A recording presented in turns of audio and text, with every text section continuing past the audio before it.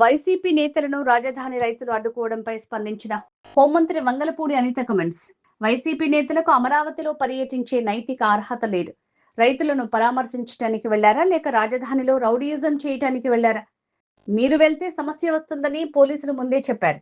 మీరు వెళ్లిన పెనుమాకలో 90% రైతులు రాజధానికి భూములు ఇచ్చినోళ్లే. రైతులపై రౌడీయిజం చేయడానికి గూండాలని వెంట పెట్టుకుని వెళ్లారు.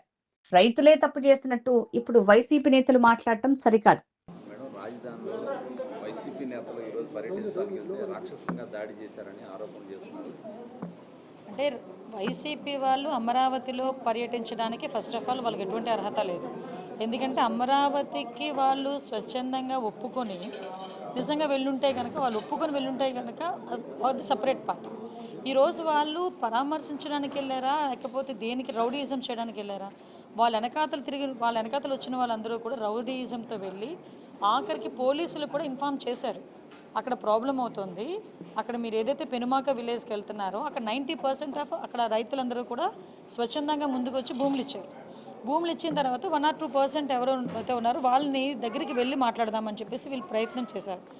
దానికి గురించి చెప్పేటప్పుడు కూడా అక్కడ అమరావతి రైతులు కొంతమంది ఉన్నారు, ఈ టైంలో మీరు వెళ్ళడం మంచిది కాదు అని కూడా క్లియర్గా చెప్పిన తర్వాత కూడా కావాలని వాళ్ళ మీద రౌడీయిజం చేయడానికి వాళ్ళు రౌడీలను ఎంటబెట్టుకుని వెళ్ళారు. అంటే రౌడీలను ఎంటబెట్టుకుని అమరావతి రైతుల మీద రౌడీయిజం చేయడానికి వెళ్ళారా? ఈరోజు వెళ్ళి తిరిగి వాళ్ళేదో రైతులేదో తప్పు చేశారన్నట్టుగా మాట్లాడడం అనేది మంచి పద్ధతి కాదు.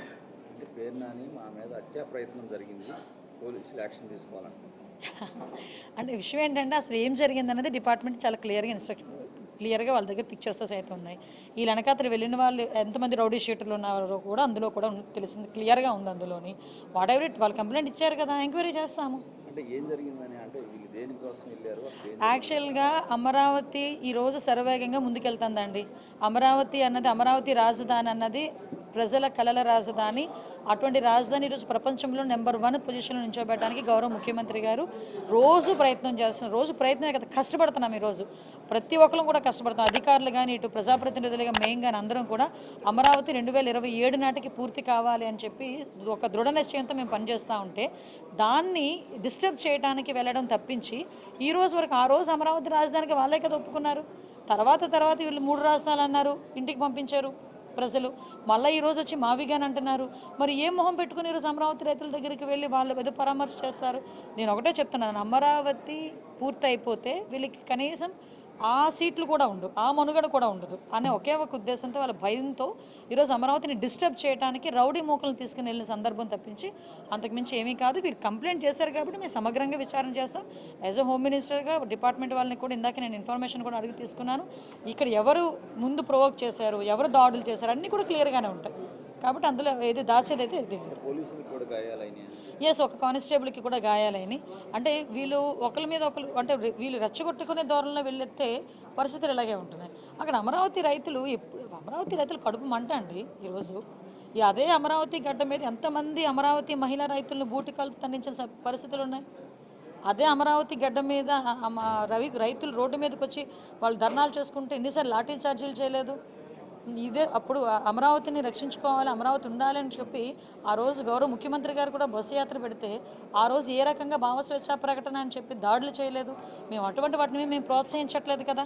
ఈరోజు మీరు వచ్చారు, మేము క్లియర్గా చెప్పాము వద్దు అని చెప్పాము, పోలీస్ డిపార్ట్మెంట్ వాళ్ళు చెప్పారని చెప్పారు.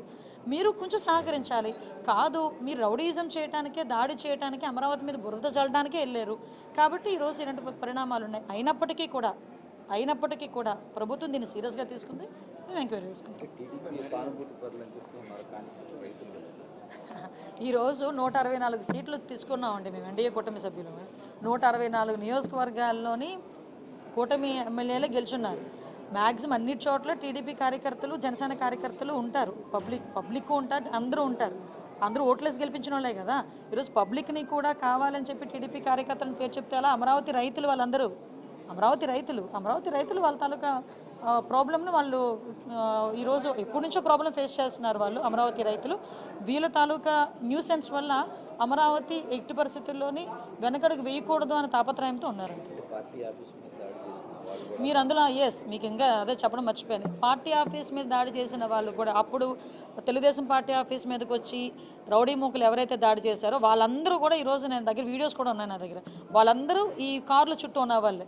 వాళ్ళందరూ ఇప్పుడు వెళ్ళిన ఆ బృందంలో ఉన్న వాళ్ళే. మరి అది వైఎస్ఆర్సీపీ బృందమా వైఎస్ఆర్సీపీ రౌడీ బృందమో నాకైతే అర్థం కావట్లేదు.